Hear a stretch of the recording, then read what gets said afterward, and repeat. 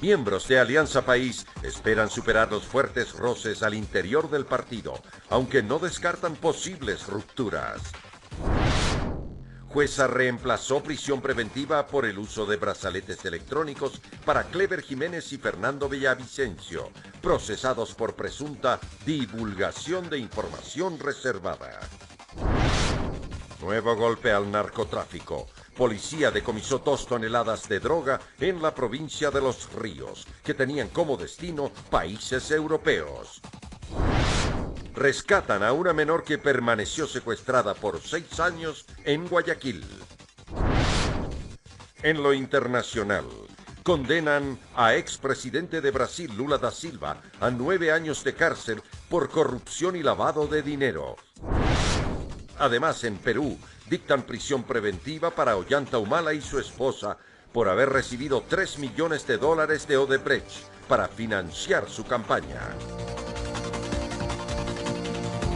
Miércoles 12 de julio, mitad de semana, amigos. Gracias por acompañarnos en El Comercio TV. Sean bienvenidos. María Fernanda. ¿Cómo estás, María Mercedes? Muy buenas noches. Es un gusto estar nuevamente con ustedes con lo más destacado en este día. ¿Qué iniciamos? Así es, militantes de Alianza País esperan poder superar los fuertes roces internos que han vivido en los últimos días. Aunque no se descarta una posible ruptura, auguran que se pueda cerrar este capítulo de confrontación interna. Dentro de País buscan calmar las aguas. Dicen que tras la reunión mantenida este martes con el presidente Lenín Moreno, se logró aclarar muchas interrogantes que mantenían tras las fuertes roces entre los dirigentes del partido. En claridad no se trata de correístas o leninistas, se trata de quienes vamos a seguir soportando, sosteniendo, haciendo que este proyecto de la Revolución Ciudadana sea un proyecto siempre de avanzada. Es que el presidente les había dejado en claro, las diferencias de los líderes no pueden afectar a sus bases. Bajo ninguna circunstancia. Las diferencias que pueden haber entre dos compañeros, independientemente de que sean los líderes de un movimiento, no puede afectar al movimiento. Aunque de esto no están tan seguros en la Asamblea. Acá dicen que es urgente, por ejemplo, crear puentes de diálogo directo para evitar mayores problemas. Evidente es también decir que este momento lo vamos a superar y la única forma de superarlo es con unidad y con coherencia política. Hemos pasado años escuchando que los alzamanos, que los borregos, que no sé cuándo. Nuestro objetivo va a seguir siendo actuar consecuentes y leales a nuestro proyecto de la Revolución Ciudadana. Y en ese marco, cualquier calificativo, pues a nosotros realmente no es parte de la discusión política. Y advierten que el presidente no debe cruzar las líneas rojas que ha marcado el partido, pues sobrepasarlas pondría en peligro el plan de gobierno de la llamada Revolución Ciudadana. Y eso es lo que vamos a seguir fortaleciendo. Así es que, insisto, todo lo que venga a sumar, bienvenido a ese cumplimiento del plan de gobierno. Todo lo que se aleje de los postulados de ese cumplimiento del plan de gobierno tendrá nuestra letra roja. Que es momento de dejar de lado los mensajes de indirectas enviadas a través de redes sociales y plantar un intenso diálogo interno. Twitter no es un mecanismo de generación de pensamiento político. Quizá es la representación de un sentimiento de un momento, pero no es un espacio para generar pensamiento político. Dicen que están seguros que estas diferencias se las podrán superar. De lo que no están tan seguros es de la férrea unidad interna. Revolución Ciudadana. Esperemos que no sea así. Revolucionaria. Informó Javier Gallo. Ante el anuncio del presidente de la República, Lenín Moreno, sobre la situación económica del país, el Frente Popular que aglutina a trabajadores demanda que se transparenten las cifras sobre el endeudamiento que dejó el anterior gobierno. Una cosa es lo que se dice y otra cosa es lo que está. La condición económica del Ecuador, queridos amigos, es muy difícil. Es sumamente difícil. No hay tal mesa servida. Esa es la pura y neta verdad. No hay tal mesa servida. Que el presidente de la República, Lenín Moreno, haya reconocido que Ecuador no atraviesa por una buena situación económica es un acierto para Mauricio Pozo, ex candidato a la vicepresidencia de la República. Él se ha abierto con esta declaración el espacio necesario, creo yo, para tomar decisiones que permitan revertir la situación. Creo que las decisiones a mi criterio personal fueron favorables, son adecuadas, van en la línea correcta y además es la verdad. No se está diciendo nada, no hay por qué ocultar. Desde el Frente Popular se piensa lo mismo. Al reconocer algo, acotan que se pretendía tapar, pero demandan cifras para evitar especulaciones. Debe transparentar cuál es el monto que hoy está endeudado el país. Se habla de que superan los 60.000 millones de dólares de deuda con los diferentes organismos internacionales. Trabajadores que están dispuestos a apoyar para mejorar la situación económica del país, pero advierten, no a costa de unos pocos. Que esa crisis no se descargue en las espaldas de los trabajadores. Es decir, los trabajadores vamos a estar pendientes de las medidas que el gobierno tome y no vamos a permitir que se le ponga más impuestos al pueblo ecuatoriano. Pozo con propuestas que se podrían aplicar. En el campo tributario, por ejemplo, ¿hacer qué? La eliminación del anticipo del impuesto a la renta, hay que verle la forma si graduarlo totalmente de una sola el impuesto a la salida de divisas. Hay que hacer una reducción selectiva de aranceles. Uno de los mecanismos de ahorro en el régimen sería austeridad en el sector público. Una revisión, por supuesto, exhaustiva de espacios de trabajo que son absolutamente necesarios y espacios de trabajo que por su priorización deben de ser sustituidos por otros y en algunos casos tendrán que eliminarse. Dependerá la priorización de los programas que el presidente Lenín Moreno ha propuesto y en función de eso va a ir una reestructuración laboral integral. Informó Héctor Romero. El movimiento CREA anunció que entregará mayor información al Consejo Administrativo de la Legislatura en torno al pedido de juicio político en contra del vicepresidente de la República, a pesar de que aseguran las pruebas están presentes y que el CAL ha excedido en sus funciones. Tras haber sido notificados con la decisión del CAL, en CREO afirman que a pesar de que las pruebas están presentadas, abundarán con mayor documentación que ratifica la supuesta responsabilidad política del vicepresidente en el manejo de los sectores estratégicos. Creemos que es pertinente responderle en virtud de lo que nos han pedido y que quede muy claro que piden más pruebas, con lo cual están aceptando que las pruebas están ahí. Ratifican sus críticas a los legisladores aliancistas que son parte del CAL, pues dicen buscan bloquear un posible enjuiciamiento político, dando largas al pedido. Hemos presentado las firmas, la solicitud y sobre todo los documentos que requiere para un juicio político en cuanto que es juicio político y no juicio penal. Que las pruebas van encaminadas a demostrar la responsabilidad que tenía el vicepresidente cuando estaba al frente de los sectores estratégicos, donde se ha detectado corrupción. La documentación será entregada este jueves para que el CAL la analice. Para poner de conocimiento público la relación, las veces que se encontraron el vicepresidente Glass con el señor Capaya y con el señor Bravo en su momento cuando estaban hablando de refinerías y diciendo que hicieron juntos todos esos proyectos. Hay actas donde Jorge Glass, el señor vicepresidente de la República, participa de manera directa pues en los directorios, en las sesiones de los directorios de las diferentes empresas públicas. Aunque en país defienden el actuar del Consejo Administrativo, dicen que la oposición no ha logrado demostrar la existencia directa de un delito por el que se le pueda acusar al vicepresidente. El CAL podría o remitir a la Corte Constitucional para su admisibilidad o en su defecto no dar paso al considerar que no existen las pruebas contundentes. Se espera que el CAL se reúne el próximo lunes y allí se determinará si se da o no paso a un posible enjuiciamiento político en contra del vicepresidente Jorge Glass. Informó Javier Gallo. Con el objetivo de obtener información concreta del proyecto Toachi Pilatón, una asambleísta de CREO solicitó formalmente al fiscal general que tramite la asistencia penal a Brasil para así obtener delaciones a ciertos directivos de Odebrecht.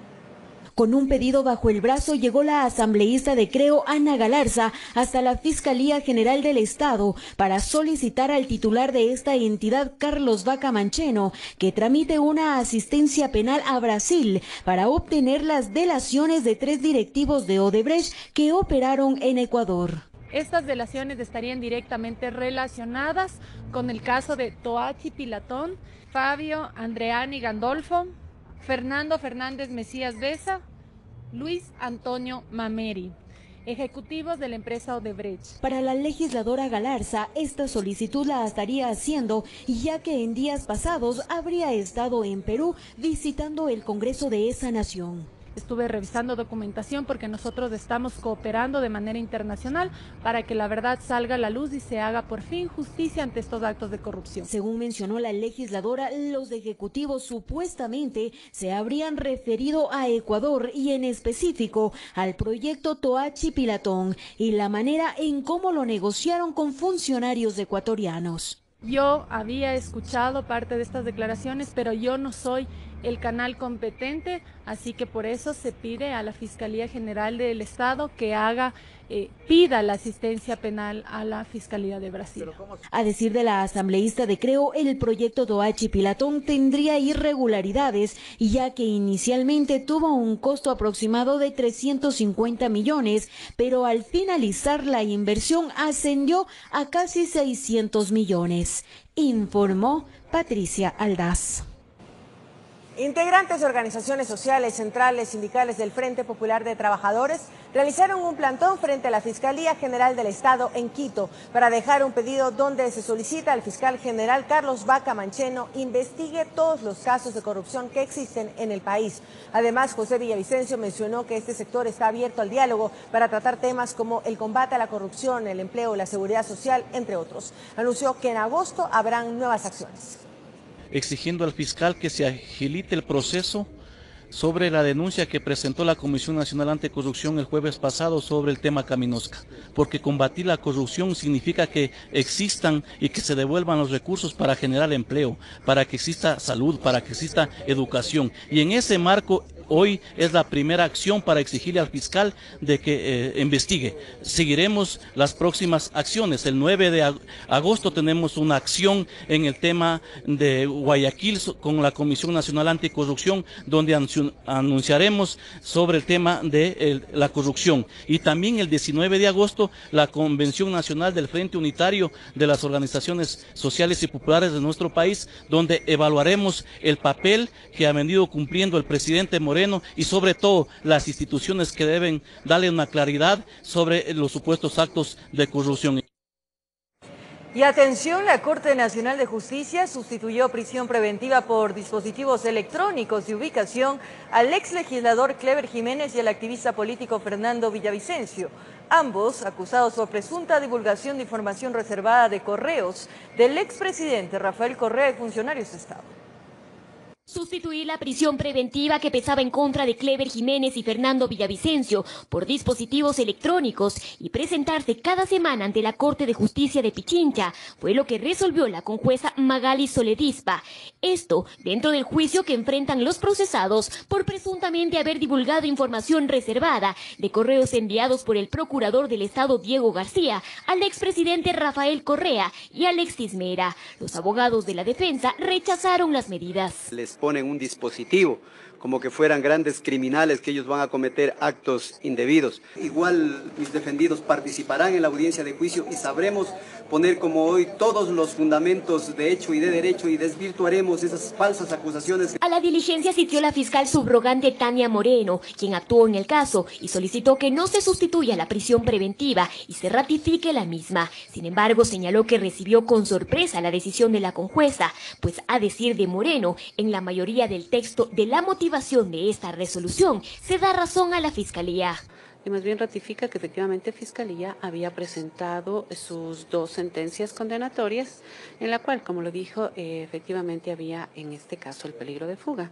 Y es al final donde, para mí, que no existe una coherencia entre lo que manifestó durante todo el desarrollo de su texto y al final lo cambia, como dije, sin coherencia. Pese a ello, indicó que espera que estas medidas sean suficientes. La jueza ha considerado en este caso que el dispositivo va a ser suficiente. Bueno, esperemos que realmente, de ser el caso, se cumpla con comparezca a juicio, vuelvo e insisto, y de ser el caso, cumpla la pena. Al término de la audiencia, Villavicencio señalaba en su cuenta de Twitter: ese es el cambio, sustituir la cárcel por la libertad con brazaletes electrónicos. Deben ponerles brazaletes a los de la lista Odebrecht. Soy un ser libre. Mi único delito fue revelar grandes casos de corrupción. Los brazaletes que les pongan a los delincuentes de cuello blanco. Es indignante que le quieran poner, mejor dicho, que le pongan un dispositivo como que fuera un delincuente. Clever Jiménez no es ningún delincuente.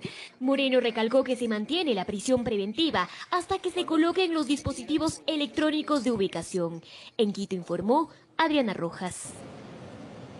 Este miércoles se desarrolló una nueva diligencia en contra del titular de la encuestadora Cedatos, Polibio Córdoba, en relación al presunto uso doloso de documentos falsos y manipulación de encuestas para favorecer al ex candidato presidencial Guillermo Lasso. La jueza de Garantías Penales de Pichincha, María Elena Lara, levantó la prohibición de salida del país que pesaba sobre Córdoba luego de que su defensa alegara problemas de salud que deben ser tratados en el exterior.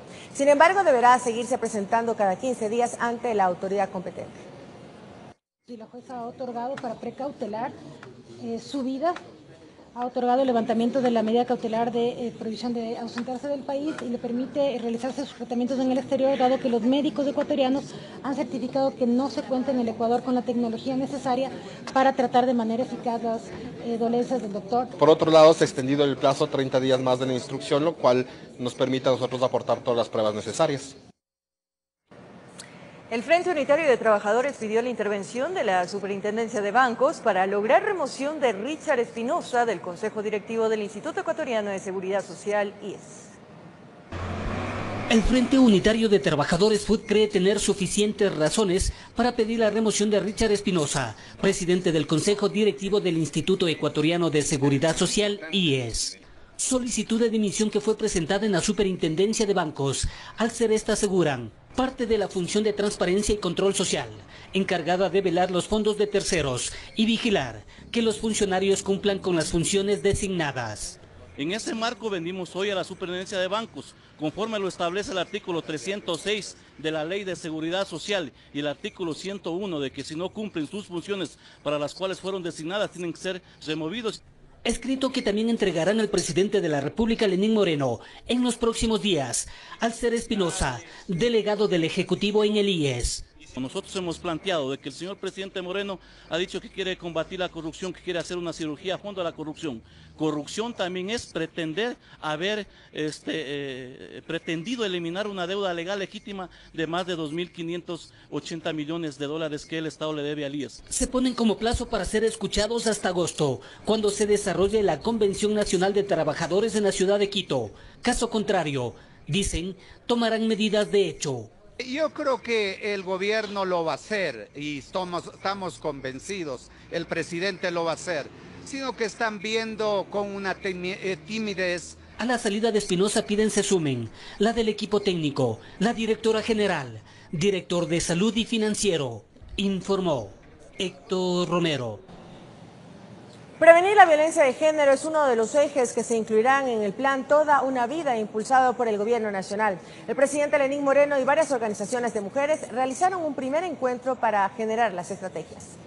Las cifras son alarmantes. 6 de cada 10 mujeres en el país sufren algún tipo de violencia. Cada vez son más los centros de acogida para las víctimas y los femicidios parecen no cesar, por lo cual una de las propuestas de las organizaciones que luchan por reivindicar los derechos de las mujeres es crear una agenda de trabajo nacional. Con la posibilidad de agendar, de crear y de crecer en colectivo. Nos parece oportuno también que nos detengamos un momento, señor presidente, a pensar qué es lo que pasa alrededor de la violencia y no solamente el continuo, el final de la violencia. La propuesta fue planteada en el encuentro que realizó el presidente Moreno con los colectivos de mujeres del país, en el cual se firmó el compromiso por prevenir la violencia de género. Yo siento fundamentalmente que la mayoría de asesinatos, además de la rabia de maridos que creen que tienen más derechos que la esposa, a veces se debe porque creemos que los seres humanos nos pertenecen. Nada en la vida, y peor todavía, en la relación humana nos pertenece, que hay que ganársela todos los días. Además, se contemplarán proyectos de acompañamiento a las víctimas de violencia dentro del plan gubernamental Toda una Vida. Vamos a crear dentro de estos barrios, como les digo, los centros de atención integral Las Manuelas, donde tendrán espacios comunitarios para darles talleres de empoderamientos, capacitaciones. El Ministerio de Justicia continuará realizando estos encuentros a escala nacional. Para comprometernos más todavía, hay algunas acciones que se han implementado, no serán nunca las suficientes, pero son acciones que también hay que aprender a desarrollarlas y a utilizarlas. líneas de auxilio, la presencia de las defensorías públicas para atender a las víctimas. La expectativa es desnaturalizar la violencia y educar a la población desde edades tempranas, informó Sofía Vintimilla. ¡Al piso! ¡Al piso!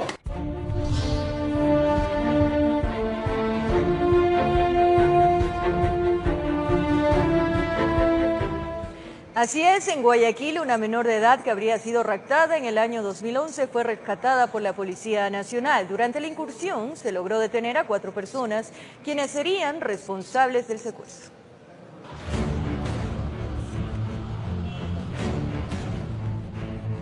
La pequeña fue arrebatada de los brazos de su madre en la cooperativa Sergio Toral 1 en el noroeste de Guayaquil, cuando tenía apenas 21 días de nacida.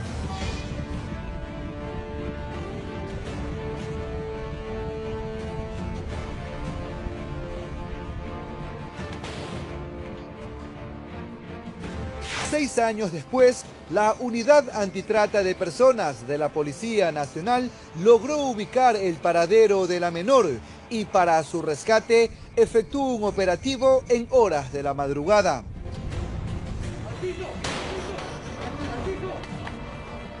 Realizando labores de inteligencia por varios meses, en la cual se pudo determinar la ubicación de la menor desaparecida en el año 2011. Dicha menor fue sustraída de su madre biológica por personas que aparentemente se desconocía en esa fecha, pero lamentablemente las investigaciones de esa época no prolificaron, no avanzaron.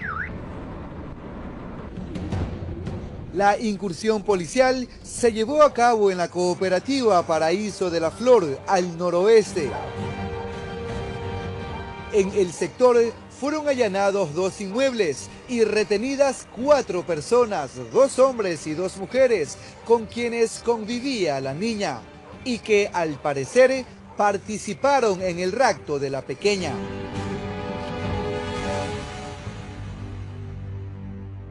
Se tiene conocimiento que esta banda es una banda organizada de alta peligrosidad, dedicada al microtráfico, asalto a mano armada, un sinnúmero de delitos conexos. Se ha localizado a esta menor presuntamente y a los presuntos responsables de este hecho. Consecuentemente, es la labor de la policía, de la fiscalía, de los organismos que tenemos que ver con estos asuntos de trata de personas. Los resultados están a la vista. La menor será insertada en el programa de víctimas y testigos de la Fiscalía. Permanecerá los próximos días en una casa de acogida y recibirá terapias con especialistas para evitar traumas psicológicos. Se le va a hacer una prueba de ADN, indudablemente, y todos los mecanismos necesarios para esclarecer plenamente y una vez por todas este caso. La policía sospecha que en el inmueble donde se crió la niña se dedicaban al expendio de droga. Las 4 personas aprehendidas enfrentarían una pena de hasta 7 años de prisión por el delito de secuestro. Informó Jorge Salazar. En Quevedo, un bebé de aproximadamente 3 días de nacido fue hallado sin vida dentro de una maleta en el botadero de desechos de la ciudad. Se desconoce cómo murió el neonato y quién fue capaz de arrojar su cuerpo a la basura. El hecho es considerado macabro. El bebé recién nacido fue hallado sin vida envuelto en una sábana y una funda dentro de una maleta azul que Carlos Alzate encontró la mañana del miércoles al buscar en los desechos en su labor como reciclador. A las 7:30 de la mañana estaba haciendo mi labor de trabajo y vi que había una maleta y la abrí y ahí me asombré cuando vi a un niño que estaba ya fallecido, menor de edad. Hace 15 años el hombre se dedica a esta actividad y relata que jamás tuvo un hallazgo tan espeluznante, pues no entiende cómo alguien puede deshacerse de un ser humano como si de cualquier basura se tratase. Sí, me quedé asombrado de lo que vi, de la criatura que estaba metida en el bolso. Indignación ha causado el hecho en el sector aledaño a las celdas del botadero de desechos en Quevedo. El neonato de sexo masculino estaba vestido, tenía gorro y escarpines. Piensen 1000 veces lo que van a hacer, porque la criatura viene de Dios y lo que han hecho está muy malo. muy malo. Una médico del Ministerio de Salud que acudió al sitio comprobó que el menor llevaba muerto al menos 48 horas. La Policía Nacional investiga este hecho que ha causado conmoción y buscarán determinar de dónde provino la mochila, pues allí llegan los desechos de Quevedo, Buena Fe, El Empalme y Valencia. Desde Los Ríos informó Odette Camacho. Recorremos el país. En la provincia de Los Ríos, la policía decomisó 2 toneladas de clorhidrato de cocaína almacenadas en cajas de banano en una finca de un sector rural. 2 personas fueron detenidas y al parecer la sustancia sería trasladada a Europa. El operativo Trópico se desarrolló en la zona norte de la provincia de Los Ríos. Se encontraron 2 toneladas de droga en 125 cajas de banano en que no había el producto, tan solo los ladrillos. En una finca del sector Fumisa de la parroquia Patricia Pilar en Buena Fe, se realizó el hallazgo por parte de la UIPA de la Policía Nacional. 2 personas fueron detenidas en el operativo que impidió que 2 toneladas de la ilícita sustancia salgan del país con destino a Europa, presuntamente. Al momento de la incursión policial pues no se encontraron personas, sin embargo se ha desplegado un operativo que va a ser a nivel nacional en las provincias de Guayas, Manabí y Los Ríos, en el cual pues hay varias personas que tienen ya boletas de detención. Los ladrillos tenían un distintivo en números y letras que ahora las autoridades buscan determinar a qué organización pertenecerían y si ya han sido intervenidos en otros operativos anteriores. Tienen distintivos, sí, en su parte superior. Asimismo también van embalados en cinta adhesiva color verde. Se asemeja al banano como tal. El logo de la empresa pues no lo podrá conocer por obvias razones de confidencialidad, y aún así se van a seguir realizando varios procedimientos vigilantes. La policía continuará investigando el grupo delictivo a fin de acabar con su ilegal negocio. Desde Los Ríos informó Odette Camacho. Desmantelaron una presunta organización delictiva que operaba en varias ciudades del país. Los sospechosos son investigados por el presunto delito de asociación ilícita.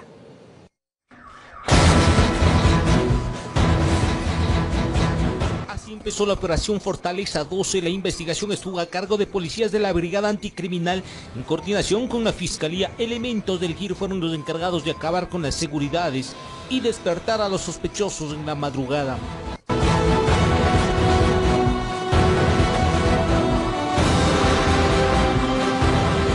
Muchos de los detenidos descansaban sin imaginarse que su sueño era vigilado de cerca por agentes de la BAG.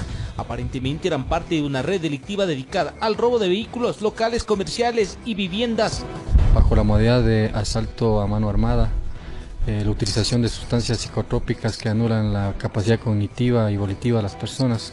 Supuestamente era una organización bien estructurada, contaba con un líder que dirigía las acciones de todos sus colaboradores, entre ellos los que se encargaban de robar los vehículos, otros de la falsificación de documentos, así como la adulteración de motor y chasis, y quienes finalmente comercializaban los automotores en diferentes ciudades. Realizar robos de vehículos, comercialización de los vehículos y así también la falsificación de los documentos. Al igual que ataques al sistema integral informático y también falsificación de documentos públicos. En 4 meses de investigaciones y seguimientos, los agentes determinaron que se movían por el norte, centro y sur de Quito, además del Valle de los Chillos, Tumbaco y ciudades como Ambato y Santo Domingo. En las mecánicas se hacía lo que se tiene la información es que se hacía las alteraciones tanto al número de motor y al número de chasis, entonces, es decir, se robaban los vehículos y se comercializaban con otras placas de identificación. De forma simultánea, 11 inmuebles eran allanados para cumplir con igual número de boletas de detención. En Quito, con imágenes de Hernán Guano y Roberto Argotti, informó Iván Casamen. Una mujer fallecida y al menos 3 heridos fue el trágico saldo del choque entre un auto y un autobús en la vía Santo Domingo-Quinindé. La fallecida era funcionaria de un GAT parroquial en la provincia de Santo Domingo de los Ángeles. El kilómetro 16 de la vía Santo Domingo-Quinindé fue el escenario de una nueva tragedia vial que dejó como saldo una mujer muerta y al menos 3 heridos. Parece una colisión entre el auto que venía él y la transporte Quinindé. De ahí no sé más porque yo llegué y ya vi el desastre. Una señora se quedó atrapada en el auto. Hasta el momento una persona fallecida y 3 personas heridas que fueron trasladadas a la casa asistencial. En el lugar colisionaron un bus de transporte interprovincial y un auto todoterreno.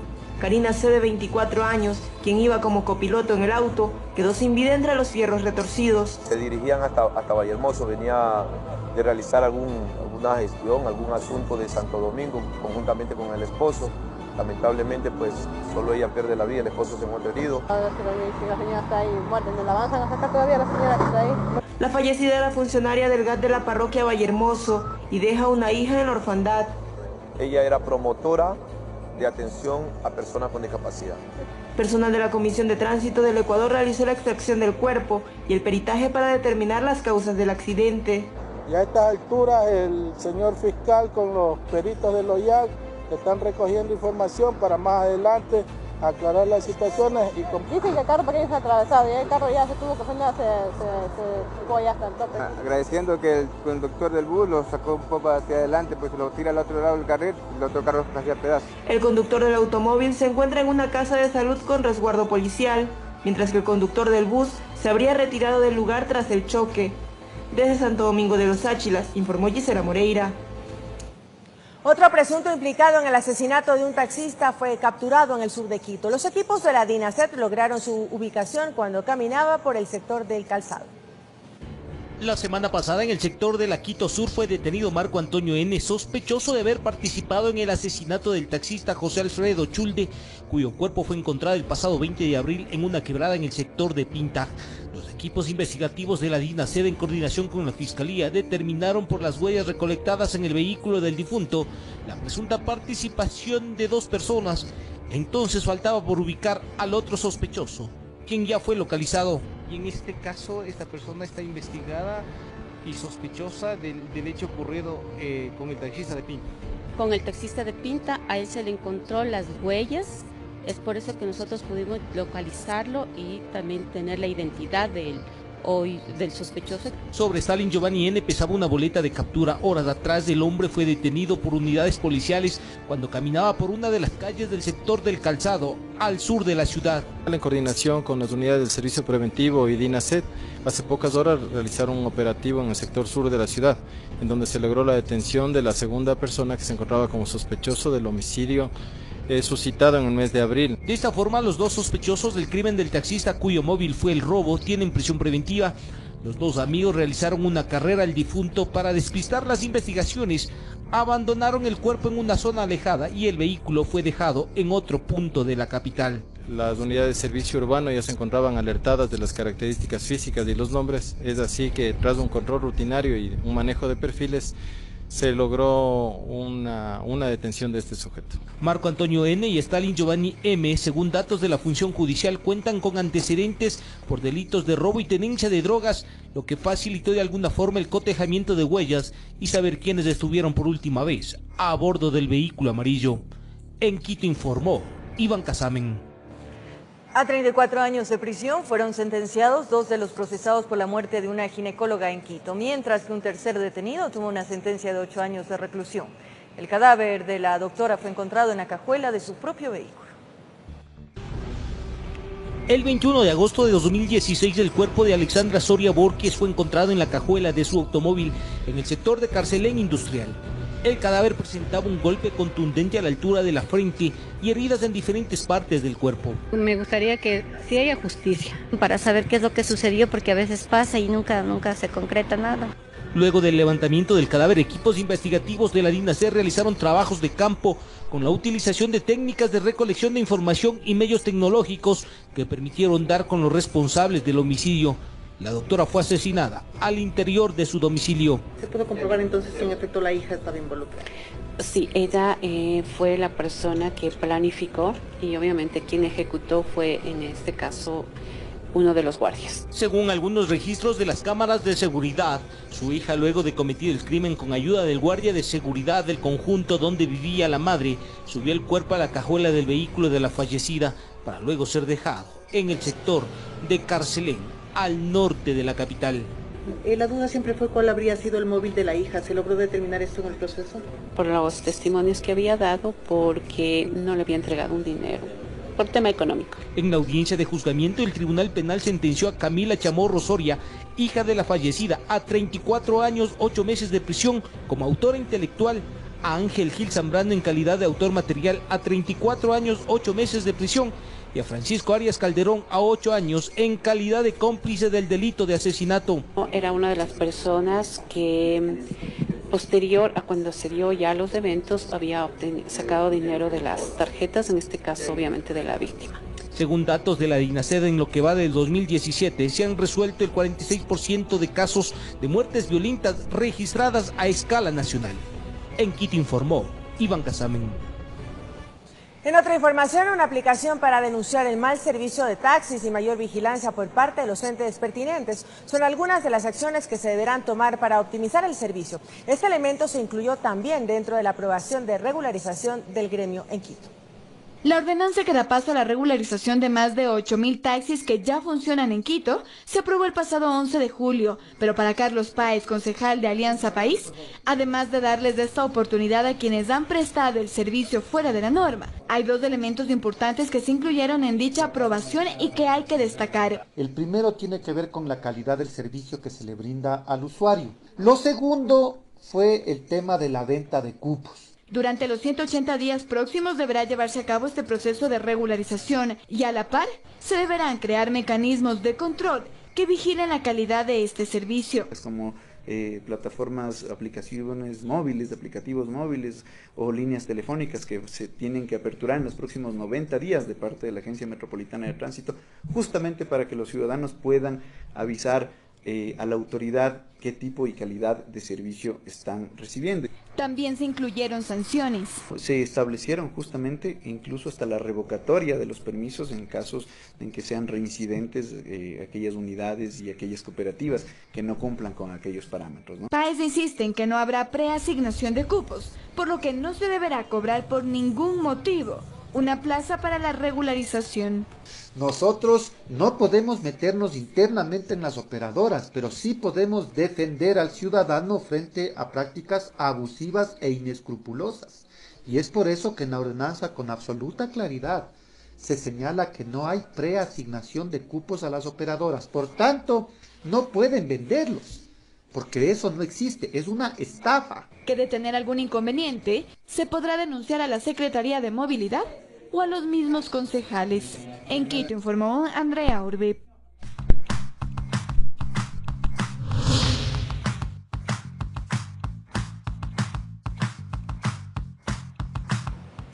Una alternativa para estas vacaciones es que los pequeños acudan a una pequeña granja ubicada en el Valle de Tumbaco, donde pueden tener la oportunidad de compartir con animales, alimentarlos y cuidarlos.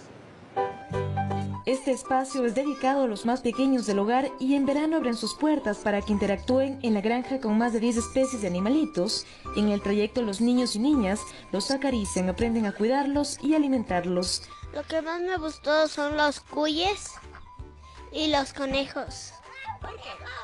Porque son lindos y son adorables. Al inicio nos encontramos con unos orejones conejos y en la parte posterior están los patos y gansos, un burro, las llamas y una curiosa avestruz, animalitos amigables, que harán de estas vacaciones inolvidables para los pequeños. Que vengan, este es un lugar muy chévere, donde hay muchas actividades con los animalitos. Ordeñar a las vacas es otra de las actividades. La emoción hace que los pequeños se olviden del miedo y empiezan a amar a estos animales. Muy chévere, también puedes hacer muchas cosas, puedes hacer queso, mantequilla, manjar de leche y tiene calcio.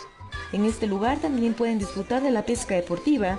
Un instructor les ayuda a colocar el anzuelo en la caña de pescar desde un muelle. Además, consiguen darles de comer a las truchas. Es interesante porque no todos los días puedes pescar y además de aquí tenemos otra dinámica que también es pescar con las manos, les ponemos en un canal y pescamos con las manos, es algo único, me gusta mucho. Jugar fútbol, hacer figuras con arcilla, pintar y más actividades las pueden realizar en esta granja ubicada en el Valle de Tumbaco. Es un deporte donde te puedes relajar, puedes correr y hacer lo que más te gusta.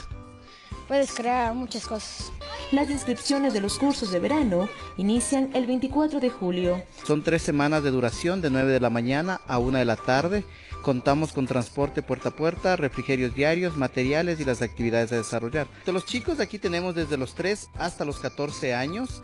Para más información pueden comunicarse a los números 0984-763272 o al 2048-245. Informó Priscila Cadena. Luego de la pausa, en lo internacional, amigos, condenan a 9 años de prisión al expresidente de Brasil, Lula da Silva, por actos de corrupción. Ya regresamos.